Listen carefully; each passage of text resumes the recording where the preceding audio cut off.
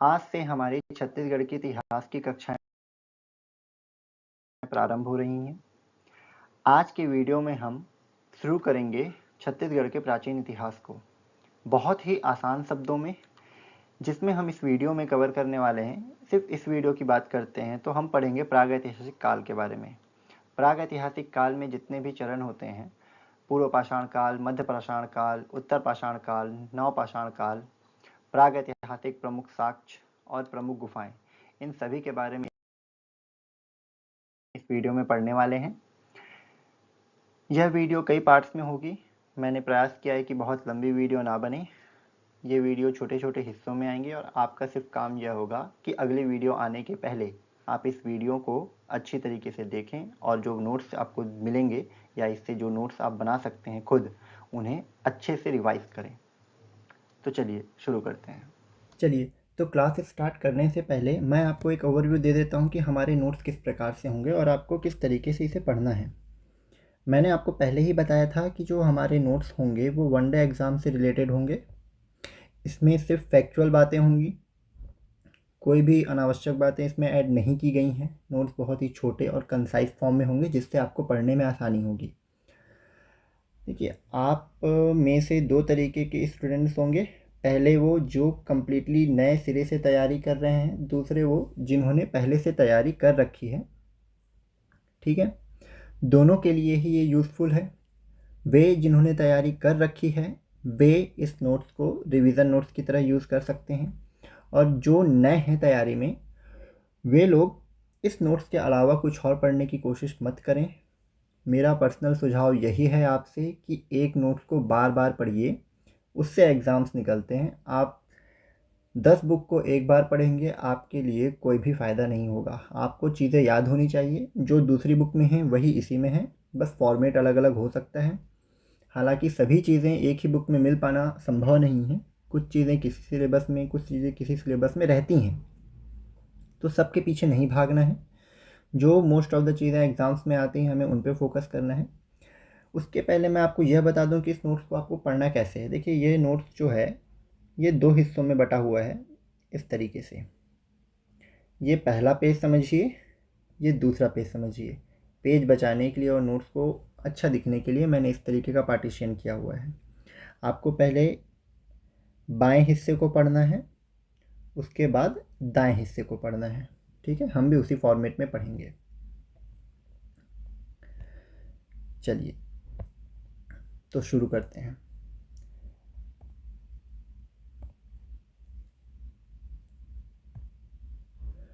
छत्तीसगढ़ के इतिहास के बारे में हम बात करें तो छत्तीसगढ़ के इतिहास या फिर किसी भी इतिहास को 3 हिस्सों में बांटा गया है। पहला है प्राचीन, दूसरा है मध्यकालीन और तीसरा है आधुनिक। हम छत्तीसगढ़ के इतिहास को भी इसी 3 हिस्सों में बांट कर पढ़ेंगे। पहले हम प्राचीन इतिहास खत्म करेंगे, उसके बाद मध्यकालीन, और तीसरा हिस्सा जो होगा वो आधुनिक होगा। आधुनिक अपने आप में एक बड़ा हिस्सा होता है और अपने आप में सबसे इम्पॉर्टेंट भी है, तो उसको लास्ट में इत्मीनान से पढ़ेंगे। अगर हम प्राचीन इतिहास के बारे में बात करते हैं तो प्राचीन इतिहास को भी प्रागैतिहासिक काल, आधि ऐतिहासिक काल में बांटा गया है। प्रागैतिहासिक काल के बारे में बात करें तो इसे पूर्व पाषाण काल, मध्य पाषाण काल, उत्तर पाषाण काल और नव पाषाण काल में बांटा गया है। पूर्व पाषाण काल के साक्ष्य छत्तीसगढ़ में कहाँ कहाँ से मिलते हैं, इसके बारे में हमें ध्यान रखना है। तो ये सिंघनपुर, छापामारा, भंवरकोल, गिधा, सोनबरसा, ये जो सभी स्थान हैं ये रायगढ़ में हैं। दूसरी कहीं छत्तीसगढ़ में इसके साक्ष्य नहीं मिलते हैं। इस चीज़ को ध्यान रखिएगा। याद करने के लिए आप पहली चीज़ें रिलेट करके याद कीजिए कि सबसे पहले जंगल होते थे, जंगल में सिंह पाया जाता था। ठीक, सिंह शिकार करने के लिए छापा मारता था। देखिए, मैं आपको सिर्फ याद करने का तरीका बता रहा हूँ, याद आपको ही करना है। अगर आप रिलेट करके चीज़ों को याद रखेंगे तो चीज़ें याद आसानी से होंगी और आपके दिमाग में एक जगह बन जाएगी कि हाँ, किस चीज़ के बाद कौन सी सीक्वेंस हमको लेकर आनी है, क्योंकि बहुत सारे नाम याद करने हैं। सभी नाम को आप कैसे याद रखेंगे, इसलिए रिलेट करके पढ़िए। सिंह शिकार करने के लिए छापा मारता है। ठीक है, जब शेर दौड़ता है तो भंवर पैदा हो जाते हैं, है ना, इस चीज़ से याद रखिएगा। उस जंगल में गधे भी होते हैं। ठीक, और सिंह जब शिकार करने जाता है तो उस पर सोने की बरसात होने लगती है। ध्यान ये रखिएगा कि सभी स्थान रायगढ़ में हैं, तो आपको और ज़्यादा मेहनत करने की ज़रूरत नहीं है। सिंघनपुर, छापामारा, भंवरखोल, गिधा, सोनबरसा। इसके बाद आता है मध्यपाषाण काल। मध्यपाषाण काल के साक्ष्य हमें रायगढ़ और बस्तर में मिलते हैं। रायगढ़ जो उत्तर छत्तीसगढ़ में और बस्तर जो दक्षिण छत्तीसगढ़ में मिलता है। रायगढ़ में हमको एक पहाड़ याद रखना है, कबरा पहाड़। ठीक है, यहीं पे एक इम्पॉर्टेंट फैक्ट याद रख लीजिए कि कबरा पहाड़ से लाल रंग की छिपकली के चित्र मिले हैं। जो शैल चित्र होते हैं वो कबरा पहाड़ से लाल रंग की छिपकली के शैल चित्र मिले हैं। बस्तर में कालीपुर, खड़कघाट, घाट लोहांग, भातेवाड़ा, गढ़चंदेला, बड़े लाजपुर, गढ़घोगरा और गढ़धनौरा, ये स्थान बस्तर में है। आपको हर एक नाम याद होना चाहिए। देखिए, अगर आपको एग्ज़ाम निकालना है, ये कड़वा सच है लेकिन सच है कि आपको हर एक नाम कंठस्थ होना चाहिए, तो इसको बार बार पढ़ना पड़ेगा आपको। रिलेट करने के लिए मैं करवा देता हूँ। ठीक, रायगढ़ में कबरा पहाड़ एक नाम याद रखना है, हो जाएगा। बस्तर में हमको याद रखना है कालीपुर। ठीक है, काली माता, काली माता के हाथ में खड़क घाट, घाट से वो घाट लोहांग। ठीक है, घाट में क्या करने गए, तो भात लेने गए, भातेवाड़ा। ठीक, गढ़ से याद रखिएगा 3, गढ़चंदेला, गढ़घोगरा, गढ़धनौरा। ठीक है, एक नाम बच जाता है बड़े राजपुर। ये सारी चीज़ें हमको याद रखनी है मध्य पाषाण काल के अंतर्गत रायगढ़ और बस्तर में। उसके बाद है उत्तर पाषाण काल। उत्तर पाषाण काल में हमको 3 जिले याद रखने हैं, उन जिलों से संबंधित नाम। गौरेला पेंड्रा मरवाही में धनपुर, रायगढ़ में महानदी घाटी और राजनांदगांव में बोनटीला। ठीक है, देखिए, उत्तर पाषाण काल में लोगों के पास थोड़ा पैसा आने लगा था। ठीक, तो वो उससे बनेगा धनपुर। रायगढ़ के क्षेत्र में महानदी घाटी में उत्तर पाषाण काल के साक्ष्य मिलते हैं। जो उत्तर पाषाण काल के साक्ष्य हैं वो महानदी घाटी में, नर्मदा घाटी में मिलते हैं, तो आप महानदी घाटी याद रखिएगा जो रायगढ़ के स्थान में पड़ेगा। उसके बाद एक टीला याद रखना है जो राजनांदगांव में पड़ेगा, राजनांदगांव में बोनटीला। ये सभी किसके अंतर्गत आएगा, उत्तर पाषाण काल के अंतर्गत आएगा। इसके बाद नवपाषाण काल में याद रखना है हमको बालोद, रायगढ़ और राजनांदगांव। ठीक है, ध्यान रखिए कि जो बोनटीला है ये मध्य पाषाण काल और उत्तर पाषाण काल दोनों में सम्मिलित किया जाता है, क्योंकि दोनों ही युगों के साक्ष्य हमको यहाँ से प्राप्त होते हैं। बालोद में चितवा डोंगरी और अर्जुनी याद रखना है। ठीक, रायगढ़ में टेरम, कर्मागढ़, बसनाझर, ओंगना, भैंसगढ़ी, लिखामाड़ा, बेनीपाट, बोतलदा। देखिए, इसको याद मैंने जिस तरीके से किया है वो मैं आपको बताता हूँ। आप इसको एक लाइन पे लिखिए और बार बार रटिए, बार बार बार बार बार बार, जब तक ये कंठस्थ आपको याद ना हो जाए कि मैंने कहा टेरम, और आपके मन में अपने आप निकलना चाहिए कि टेरम सुना आपने, उसके बाद कर्मागढ़, बसनाझर, ओंगना, भैंसगढ़ी, लिखामाड़ा, बेनीपाट, बोतलदा। इस तरीके से आपसे ही निकलना चाहिए, ये खुद से। ठीक, इसके बाद कुछ गुफाएं हैं जो प्राचीन इतिहास से संबंधित हैं। इन गुफाओं के खोजकर्ता के बारे में कई बार प्रश्न बनते हैं कि किस गुफा को किसने खोजा था। तो 2 इम्पॉर्टेंट है, पहला है सीता बेंगरा और दूसरा है सिंघनपुर।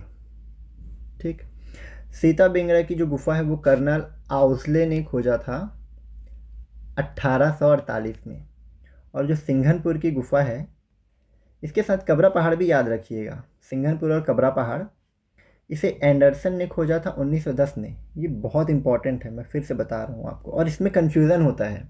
मैं जब तैयारी के फेस में था अपने, तो मैं इन दोनों में हर बार कंफ्यूज होता था, हर बार पढ़ता था और हर बार कंफ्यूज होता था कि कौन पहले कौन बाद में।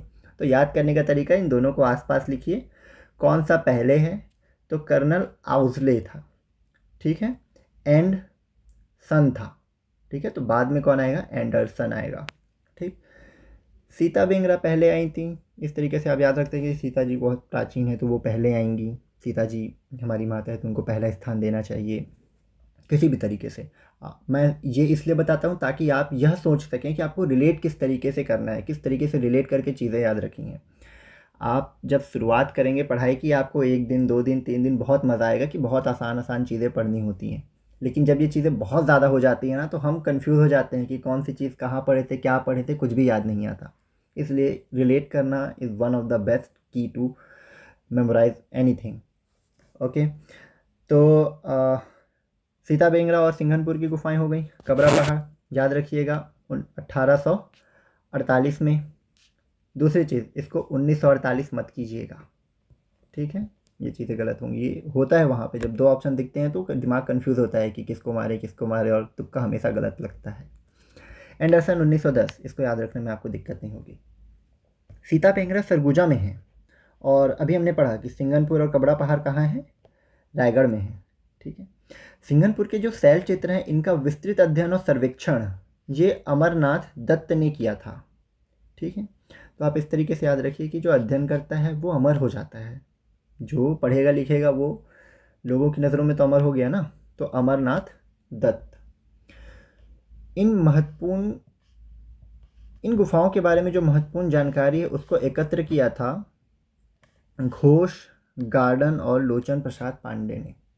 इन 3 नाम को याद रखिएगा, ठीक है। देखिए, जब इनको महत्वपूर्ण जानकारी मिली तब ये गार्डन में घूम रहे थे। जैसे ही इनको जानकारी मिली इन्होंने घोष किया कि हमें जानकारी प्राप्त हुई है, और इसके साथ थे लोचन प्रसाद पांडे। याद रखिए, चाहे साम दाम दंड भेद कुछ भी अप्लाई करना पड़े। जो नवपाषाणी का अवशेष हैं इसकी खोज भगवान सिंह बघेल और रमेंद्र नाथ मिश्र ने की थी, ठीक है। तो आप इस तरीके से याद रखिए कि जो नवपाषाण है वो भगवान राम ने खोजा। तो भगवान से आप भगवान सिंह बघेल और रमेंद्र नाथ से रमेंद्र नाथ मिश्र को याद रखिए। चितवा डोंगरी की खोज भगवान सिंह बघेल और रमेंद्र नाथ मिश्र ने की थी। चितवा डोंगरी कहाँ है, बालोद में, ठीक। चलिए रिकॉल करते हैं, जो चितवा डोंगरी है वो किस प्रकार का स्थल है, ठीक।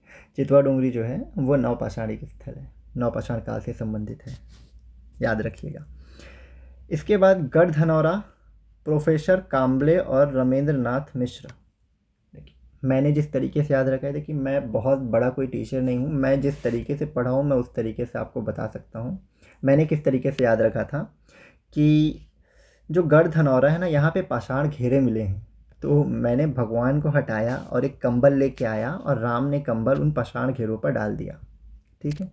तो गढ़ धनौरा, प्रोफेसर काम्बले और रमेंद्र नाथ मिश्र, ठीक। देखिए रमेंद्र नाथ मिश्र कॉमन है, तो आपको इसमें टेंशन नहीं लेना है, आपको याद रखने में एफर्ट डालना पड़ेगा। इसमें भगवान सिंह बघेल को किस में रखना है और रमेंद्र नाथ प्रोफेसर काम्बले को किस में रखना है। करका भाटा, अरुण कुमार शर्मा, ठीक। चलिए आगे आते हैं। कुछ फैक्ट जो आपको याद रखने चाहिए, याद होने चाहिए, याद रखने पड़ेंगे। सबसे प्राचीनतम जो गुफा है वो सिंघनपुर की गुफा है, और दूसरी प्राचीनतम गुफा है वो कबरा पहाड़। ये पहली और ये दूसरी। सबसे लंबी गुफा बोतलदा की गुफा। देखिए मैंने जब नोट्स बनाए थे ना तो मैंने सबसे लंबी गुफा के आगे इस तरीके से बोतल का चित्र बना लिया था, ठीक है, और ये अपने आप में एक लंबा सा दिखाई दे रहा था, तो मुझे याद रह गया कि सबसे लंबी जो गुफा होगी वो बोतल से संबंधित कुछ होगी, तो बोतलदा की गुफा होगी। कांकेर में साल्हे टेकरी और चारामा 2 स्थान याद रखना है। साल्हे टेकरी से पाषाण उपकरण प्राप्त हुए हैं और चारामा से एलियन के प्रमाण मिले हैं, ठीक। किस गुफा से या किस स्थान से किसके साक्ष्य मिले हैं ये आगे हम पढ़ेंगे, लेकिन अभी याद रखिए कि चारामा से एलियन के साक्ष्य मिले हैं।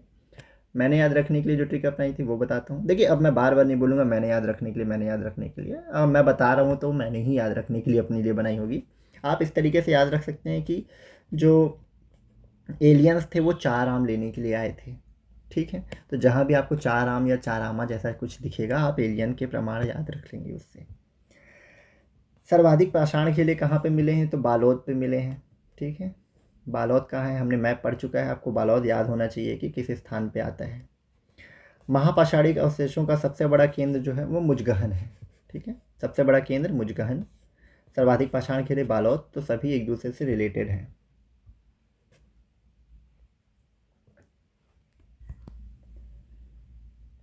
चलिए अब प्रागैतिहासिक काल में जो पूर्व पाषाण काल है उसको थोड़े डिटेल में देख लेते हैं। हमने बात की थी पूर्व पाषाण काल में रायगढ़ की। ठीक है, मैंने कहा था कि पूर्व पाषाण काल के साक्ष्य सिर्फ रायगढ़ से मिलते हैं। पहले जिस गुफा के बारे में बात की थी वो सिंघनपुर था, जिस स्थान के बारे में हमने बात की थी। ठीक है, सिंघनपुर के बारे में आपको क्या क्या याद रखना है। इसे छत्तीसगढ़ का भीमबेटका भी कहा जाता है। पहली चीज़ जो आपको याद रखेंगे, छत्तीसगढ़ का भीमबेटका। चलिए, आप यह खोजेंगे कि भीमबेटका को, भारत का भीमबेटका किसे कहा जाता है और क्यों कहा जाता है।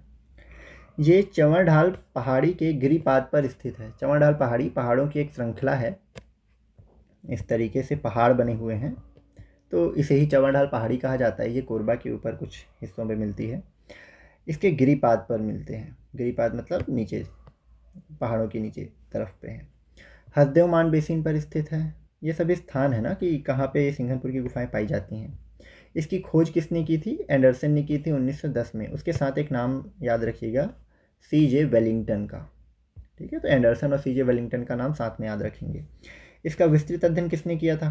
हम पढ़ चुके हैं पहले, अमरनाथ दत्त ने किया था। अब हमको याद रखना है कि कब किया था। देखिए, ये प्रश्न नहीं बना है, तो जो प्रश्न नहीं बने हैं वो भी आपको याद रखने हैं, क्योंकि वो बन सकते हैं। जानकारी किसने एकत्र की थी?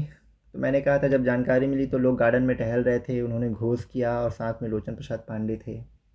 ठीक है, याद रखिएगा, मेरा उद्देश्य सिर्फ आपको याद करवाना है, चाहे जैसे मैंने जैसे याद किया मैं वैसे आपको याद करवाऊंगा। सर्वाधिक प्राचीन शैल चित्र। ठीक है, इसका मतलब ये है कि यहाँ पर जो शैल चित्र पाए गए हैं वो सर्वाधिक प्राचीन हैं। ठीक, इनका रंग गेरुआ है। ठीक है, गेरुआ रंग होने के कारण हम यह मान लेते हैं कि इन्हें आयरन ऑक्साइड से बनाया गया था, और एक्सपेरिमेंट किए गए उसमें भी यही निकला कि आयरन ऑक्साइड से बनाया गया था। सबसे प्राचीनतम गुफा है, चलिए अब याद कीजिए कि दूसरी प्राचीनतम गुफा कौन है? कबरा पहाड़। ठीक, इस पे जो मूर्तियाँ मिली हैं वो मैक्सिकन और स्पेनिश मूर्तियों के समान दिखाई देती हैं। ठीक, यहाँ पे जो चित्र मिले हैं वो ऑस्ट्रेलियाई चित्र के समान हैं। ये इंपॉर्टेंट है, ये कई बार प्रश्न बन चुका है और आगे भी बनता रहेगा कि ये जो गुफा है वो दक्षिण मुखी है, और भारी कन्फ्यूज़न होता है इसमें, उत्तर पूर्व दक्षिण पश्चिम, लाइक बहुत कन्फ्यूज़न होता है इसमें। तो आपको याद रखना है, अभी मैं 3-4 बार बता रहा हूँ आपको कि ये दक्षिण मुखी है, दक्षिण मुखी है, दक्षिण मुखी है। इसका मतलब ये है कि इसका जो फेस है वो दक्षिण की तरफ है। ठीक है, कुछ इंपॉर्टेंट चीज़ें जो याद रख लीजिए, 5 कुल्हाड़ियाँ प्राप्त हुई हैं। ये आप याद रखना चाहें तो रखें, नहीं रखना चाहें तो मत रखें, मुझे इतना इंपॉर्टेंट नहीं लगता ये। राय बहादुर और मनोरंजन घोष, लेकिन किसी बुक में मैंने देखा था, और PSC का कोई भरोसा नहीं है। मुखौटे लगाए मानव की आकृतियाँ, इतनी चीज़ें हमको सिंघनपुर में याद रखनी है। अन्य स्थल क्या है? छापा मारा, भंवरकोल, गिधा और सोनबरसा। ठीक,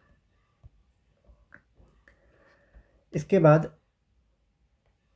जो इम्पोर्टेंट चीज़ें आपको याद रखनी है, जो वनडे एग्जाम्स में बन सकते हैं प्रश्न, सर्वाधिक शैल चित्र कहाँ से प्राप्त हुए हैं? रायगढ़ से। औजार 2 जगह याद रखिएगा, पंडरिया और शक्ति। पंडरिया में हाफ नदी के किनारे हस्तकुठार मिला है, और शक्ति में गुंजी। गुंजी एक इम्पॉर्टेंट स्थल है, इसको देखिएगा, ये बार बार आएगा, भी सामने हम पढ़ेंगे ना, तो महाभारत काल में ये बहुत इंपॉर्टेंट स्थल था। सॉरी, गुंजी में बाटी काश में प्राप्त हुआ है, और मुझे कोई आइडिया नहीं है कि बाटी काश में क्या होता है, पर याद रखिएगा। कुछ और जो शैलाश्रय हैं, शैलाश्रय मतलब जहाँ शैल चित्र मिले हैं, कुछ गुफाएं हैं। कोरबा, अगर मैं आपको सच बताऊं तो मैंने इसे रटा है, आँख बंद करके रटा है, तो मेरे पास कोई ट्रिक नहीं है इसे याद रखने की। आप रिलेट करके पढ़ सकते हैं कि कोरबा में बहुत ज़्यादा हाथी मिलते हैं। हाथी को देख के अरे निकलता है ना मुँह से, अरे हाथी आ गया। ठीक है, बरहा झरिया। बरहा झरिया में बरहा मतलब होता है सुअर, तो आप एक जंगल से वो याद रख सकते हैं। और हाथी ने छाती पर पैर रख दिया तो बाहर, छाती बाहर याद, मैं कहना चाहता था बाहर आ गई, लेकिन नहीं, छाती बाहर, ये याद रखिएगा। कांकेर से जोगड़ादेव, गोटीटोला, बालेराव, खैरखेड़ा। ये खैरखेड़ा एक इम्पॉर्टेंट स्थल है, याद रखिएगा, मैं आगे इसका इंपॉर्टेंस बताऊंगा आपको।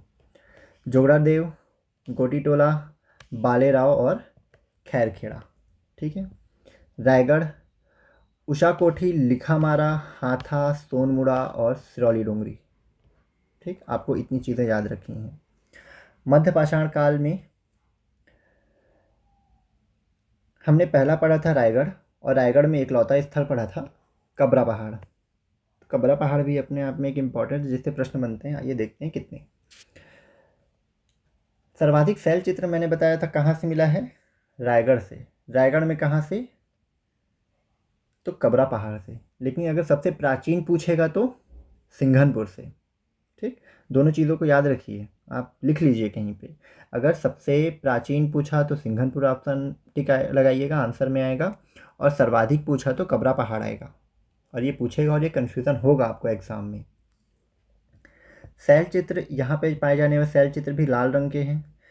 क्या क्या मिला है, तो छिपकली, घड़ियाल, कुल्हाड़ी, सांभर।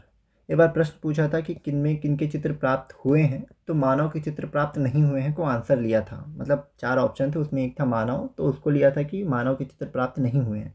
तो हालांकि वो अब इम्पॉर्टेंट नहीं रह गया, क्योंकि उस प्रकार के प्रश्न केवल एक बार बनते हैं। लेकिन आप ध्यान रखिएगा कि किस तरीके के प्रश्न पूछे जाते हैं। लंबे फलक वाले औजार, लघु पाषाण औजार, और दूसरी सबसे प्राचीन गुफा है। जिसको मैंने इम्पॉर्टेंट बता रहा हूँ उसको आपको याद रखना ही है। आप सोच के भी आपसे पूछा जाए कि बताइए इसका आंसर क्या होगा, आपको बनना चाहिए। बस्तर में याद रखने का वही तरीका है, कालीपुर, खड़कघाट, घाट रोहांग, भातेवाड़ा, गढ़चिरौली, बड़े राजपुर, गढ़घोगरा, गढ़ धनौरा। ठीक, आप चाहें तो रिलेट करके याद कीजिए, आप चाहें तो रट कर याद कीजिए, आपकी मर्जी। बात करते हैं उत्तर पाषाण काल की। तो उत्तर पाषाण काल में मैंने बताया था धन आया लोगों के पास, धनपुर याद रखना है, महानदी घाटी याद रखना है। नर्मदा घाटी और महानदी घाटी को याद रखिएगा। महानदी घाटी है रायगढ़ में, धनपुर है गौरेला पेंडा मरवाही में, और एक है टीला स्थल जो है बोन टीला राजनांदगांव में। कराघाटक पत्थर का हथौड़ा प्राप्त हुआ है। इसके बाद बात करते हैं नवपाषाण काल की। नवपाषाण काल में हमको याद रखना है चितवा डोंगरी, अर्जुनी और टेरम। ठीक है, आप इसे याद रख सकते हैं, बहुत बड़ी बात नहीं है। चितवा डोंगरी, अर्जुनी, टेरम, इस तरीके से आप याद रखेंगे तो ये हो जाएगा। ध्यान क्या रखना है कि चितवा डोंगरी बालौद में मिलता है। देखिए जो सोर्सेज मिलते हैं ना, वो चितवा डोंगरी को बालौद में बताते हैं। मतलब बालौद और राजनांदगांव लगा हुआ है ना, तो चितवा डोंगरी को बालौद में कंसिडर किया जाता है। लेकिन एक बार आयोग इसका उत्तर राजनांदगांव ले चुका है। तो आप याद रखिए बालौद, लेकिन अगर राजनांदगांव दिखता है, बालौद नहीं दिखता है, तो आप राजनांदगांव टिक लगाइएगा। अगर दावापत्ती करना होगा तो हम प्रीवियस आंसर्स के बेस पे दावापत्ती कर सकते हैं कि आपने तो इसका आंसर राजनांदगांव लिया था। ठीक है, देखिए चित्त मतलब होता है कहाँ पे चित्त लगाना चाहिए, भगवान में लगाना चाहिए या भगवान राम में लगाना चाहिए। आप याद रख लीजिए, अपने हिसाब से ट्रिक बना लीजिएगा। इसमें ध्यान ये रखना है कि 27 शैल चित्र मिले हैं और चितवा डोंगरी में ड्रैगन की आकृति मिली है, जो चीनी सभ्यता का प्रमाण है। तो 2 तरीके से प्रश्न बन सकते हैं। पहला कि ड्रैगन की आकृति कहाँ मिली है, तो वो रहेगा चितवा डोंगरी। दूसरा, चीनी सभ्यता के प्रमाण छत्तीसगढ़ में किस स्थान से प्राप्त होते हैं, तो उसका आंसर भी आएगा चितवा डोंगरी। ठीक है, इसके बाद अर्जुनी में याद रखिएगा कि हथौड़े के समान चित्रित शैलाश्रय। ठीक है, एक चित्र मिला है जिसकी आकृति कुछ कुछ हद तक हथौड़ी की तरह दिखाई देती है, इसे याद रखिएगा। अगला है टेरम, जो रायगढ़ में है। कुछ इंपॉर्टेंट फैक्ट जो याद रखने हैं वनडे एग्जाम के लिए। पहला, बोदलता की गुफा को लेखापोड़ा कहा जाता है, कबरा पहाड़ को गजमार पहाड़ भी कहा जाता है, और ओंगना को बानी पहाड़ कहा जाता है। ठीक, इसके बाद पाषाण प्रागैतिहासिक प्रमुख साक्ष्य कहाँ कहाँ से मिले हैं, इसके बारे में बात करते हैं। देखिए अगर हम प्रमुख साक्ष्य के बारे में बात करते हैं तो इसके अंतर्गत हमें पाषाण घेरे मिलते हैं, क्षमा कीजिए, पाषाण घेरे मिलते हैं, शैल चित्र मिलते हैं, लौह युगीन पाषाण स्तंभ मिलते हैं। ताम्र लौह युगीन पाषाण स्तंभ मतलब कि कुछ पाषाण स्तंभ मिलते हैं जिन्हें सामान्यतः शवों को दफनाने के बाद उसके ऊपर स्थापित कर दिया जाता था, और पाषाण युगीन औजार मिलते हैं। तो ये कुछ ऐसी चीज़ें हैं जो वनडे एग्ज़ाम्स में डायरेक्ट पूछी जाती हैं, तो आपको याद रखना है। आपको याद रहे इसलिए मैंने इसे एक ही लाइन में अरेंज करके बता दिया है। अगर हम पाषाण घेरे के बारे में बात करते हैं तो खोजा किसने था पाषाण घेरे को, मैंने कहा था भगवान को हटा के कंबल डाल देना है। तो पाषाण घेरे के ऊपर कंबल डालेंगे, कौन डालेगा, राम भगवान डालेंगे। तो काम्बले और रमेंद्रनाथ मिश्र। देखिए मैं पहले बता दूं कि अगर मैं किस चीज़ों को ट्रिक से बता रहा हूँ या रिलेट करके बता रहा हूँ तो किसी को भी अपने दिल पे बात नहीं लेनी है कि ऐसा बोल दिया वैसा बोल दिया। हमारा और आपका सिर्फ एक उद्देश्य होना चाहिए, पढ़ाई करना और नौकरी पाना। ठीक है, मतलब आपका उद्देश्य होना चाहिए नौकरी पाना, मेरा उद्देश्य होना चाहिए आपको पढ़ाना। तो किसी भी चीज़ों को अन्यथा नहीं लेंगे, सिर्फ पढ़ाई के पर्सपेक्टिव से ही पढ़ेंगे। पाषाण घेरे, काम्बले और रमेंद्रनाथ मिश्र। ठीक है, कहाँ कहाँ से मिले हैं? तो कोंडागांव याद रखना है, रायगढ़ याद रखना है, बालोद याद रखना है। कोंडागांव में आपको गढ़ धनौरा याद रखना है। ठीक है, देखिए बस्तर में ही पड़ता है ये, तो बस्तर संभाग में या कोंडागांव में आप याद रखिएगा, हमने इसे बस्तर में भी पढ़ा है, तो दोनों लगभग मिला हुआ है। अगर पूछे तो कहाँ से मिला है, तो पाषाण घेरे के बारे में आप कोंडागांव याद रखिएगा और पाषाणिक स्थल के बारे में आप बस्तर याद रखिएगा। रायगढ़ में छोटे पेंडरमुआ में एक जगह है, खरसिया में एक जगह है छोटे पेंडरमुआ, वहाँ से मिलता है। बालौद में कुछ जगहों को याद रखिएगा, करही बदर, चिरचारी, सोरर, अर्जुनी, मुजगहन और कुलिया। इतनी चीज़ें आपको बालौद में याद रखनी है। करका भाटा और करही बदर का जो उत्खनन है वो किसने किया था? तो M.G. दीक्षित ने किया था, इसे याद रखिएगा। ये गुफा से संबंधित नहीं, इसलिए इसको मैंने वहाँ पे नहीं रखा, आप इसे अलग से यहीं पे याद कर लीजिए। शैल चित्र के बारे में अगर बात करें तो रायगढ़ और बालौद। रायगढ़ में सिंघनपुर, ओंगना, कबरा पहाड़, परझा पानी, इतनी चीज़ें रायगढ़ में। बालौद में चितवा डोंगरी, कर्मागढ़ और बेनीपाट, याद कीजिए, ये मैंने आपको बताया था कि नहीं।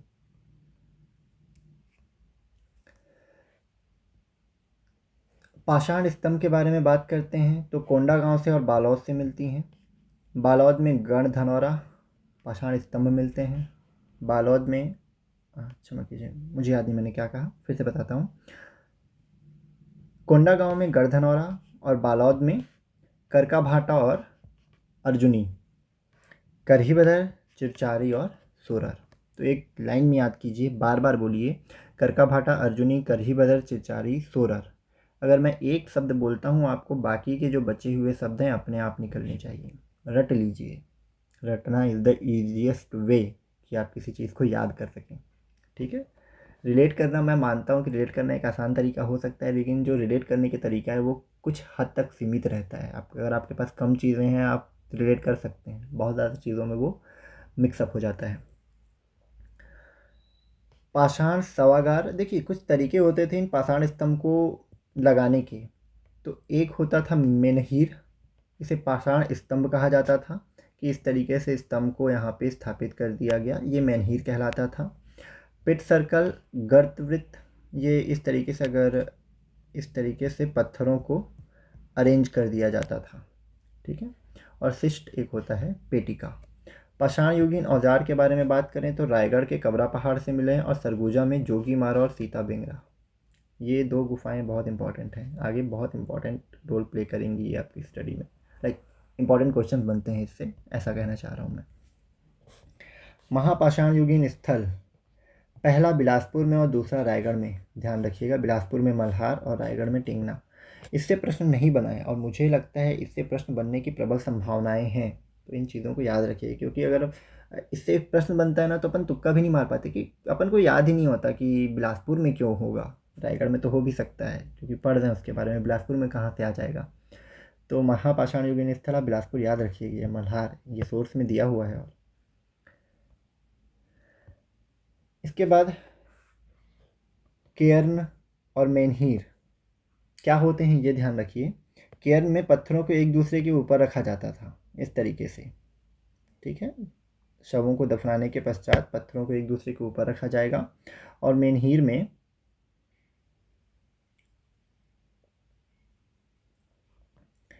इसे गोलाकार, अंडाकार या घोड़े के नाल के आकार में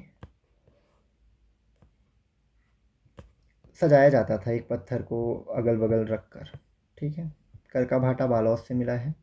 केयर्न साधारणतः मुजगहन बालौद से मिलते हैं और मेनहीर जो है वो करका भाटा बालौद से मिलता है। अन्य साक्ष्य के बारे में बात करें, देखिए मैंने कहा था कि सभी के इम्पोर्टेंस मैं बताऊंगा कि कहाँ पे पाए जाने वाले शैलचित्र क्या महत्वता रखते हैं उसके बारे में है। रायगढ़ में अगर बात करें तो खैरपुर, यहाँ पे जो चित्र पाए गए हैं वो अंधेरे में चमकते हैं, इसको ध्यान रखिएगा। स्तुति पाठ में, जिसे भंवर खोल भी कहा जाता था, पशु एवं किसान की आकृति मिलती है। कर्मागढ़ में मानव आकृतियों का अभाव है, लेकिन जलचरों की आकृति मिलती है। जलचरों की मतलब मछलियों की, मगरमच्छों की, इस तरीके से। बसनागढ़ में भैंसा, हाथी, गैंडा के शिकार का चित्र मिलता है। ओंगना, जिसे बानी पहाड़ भी कहा जाता है, नृत्य रत पुरुष और वीणा वादक पुरुष के चित्र मिलते हैं। परझा पानी में ज्यामितीय आकार का चित्रण मिलता है। ठीक है। उगते हुए सूरज का वर्णन किया गया है। देखिए, अगर इस तरीके के प्रश्न बनते हैं तो आपको दो तरीके से याद रखना है। एक हो सकता है त्रिभुज, वर्ग, अंडाकार, या फिर दूसरा हो सकता है ज्यामितीय आकार। दोनों को याद रखिएगा। अन्य स्थल भैंसगढ़ी, छापा मारा, सिलाई डोंगरी। जिन स्थलों के बारे में मैं नहीं बता रहा हूँ वो स्थल में कोई इंपॉर्टेंट चीज़ याद रखने की है नहीं। ठीक। सारंगढ़ में स्थल है गीताडीह। बालौद में है चितवा डोंगरी। चितवा डोंगरी से ड्रैगन की आकृति के साक्ष्य मिले हैं। कांकेर में चारामा। चाराम लेने कौन आए थे? एलियन। देखिए, अब चारामा बोलते हैं, आपके दिमाग में हिट तो करता होगा कि कोई तो आम लेने आया था वो एलियन भी हो सकते हैं। इसलिए मैं बोलता हूँ कि रिलेट करके पढ़ना आसान होता है। खैरखेड़ा, उड़कुड़ा, गाड़ागोरी। ठीक है। प्रमुख गुफाओं के बारे में अगर बात करें, रायगढ़। रायगढ़ में अपन को सिंघनपुर, कबरा पहाड़ और बोतलदा, ये याद रखना है। प्राचीनतम गुफा सिंघनपुर, अब आपको याद हो जाना चाहिए। ठीक है। दूसरी प्राचीनतम गुफा कबरा पहाड़। सबसे लंबी गुफा बोतलदा। ये सभी गुफाएं कहाँ मिलती हैं? बोलिए। रायगढ़ में। सरगुजा के बारे में अगर बात करें, सरगुजा में सीता बेंगरा, जोगी मारा, लक्ष्मण बेंगरा और दरबार गुफा। ठीक।